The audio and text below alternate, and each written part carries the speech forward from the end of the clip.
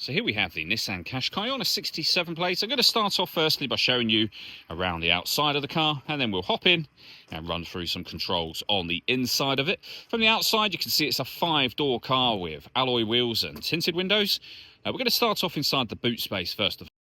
As we approach the back of the car, you can see we have reversing sensors, plenty of boot space as well, along with that 60-40 split folding rear seat, should you wish to increase this space even further. And then underneath this vinyl boot liner, you can increase the space even further again by lifting, and if you wish to, removing these two tray sections.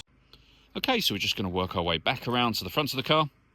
And then, as I mentioned, we'll hop in and run through some of the controls on the inside of the car from there. Just briefly before we climb in, I think it's well worth seeing the interior from this exterior point of view. There's plenty to run through on the dashboard, so let's hop in and we'll do that now. Okay, now that we're inside the car, we're going to start with the dials. On the left-hand side, we have the rev counter and coolant temperature gauge. On the right-hand side, the speedometer and fuel gauge. In the centre, you can see the total miles of the car there, 34,306.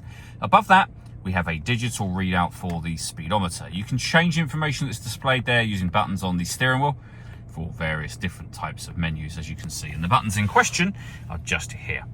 Surrounding that, we have our stereo controls. Over on the right-hand side, we have cruise control, speed limiter, and phone controls. The phone controls can only be used after you pair the phone up to the car, which is done over on the central screen just here. So hit the phone button and then connect, and then follow the instructions on screen from there.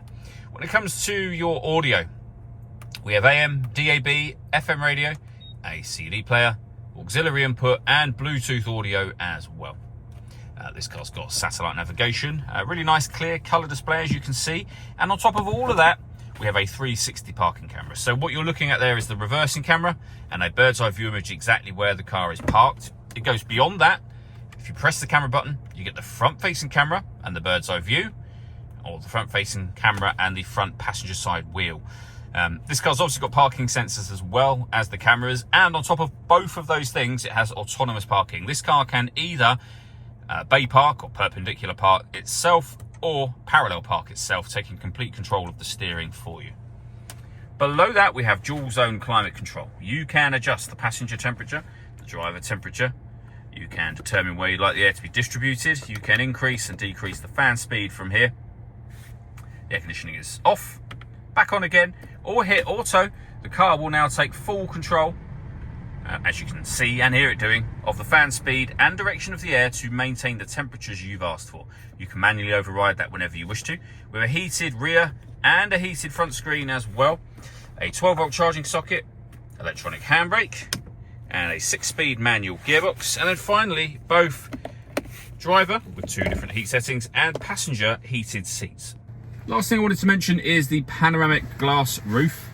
There is a sunblind that will open all the way to the back of those rear seats, and as you can see, that lets in a huge amount of extra light to this cabin area.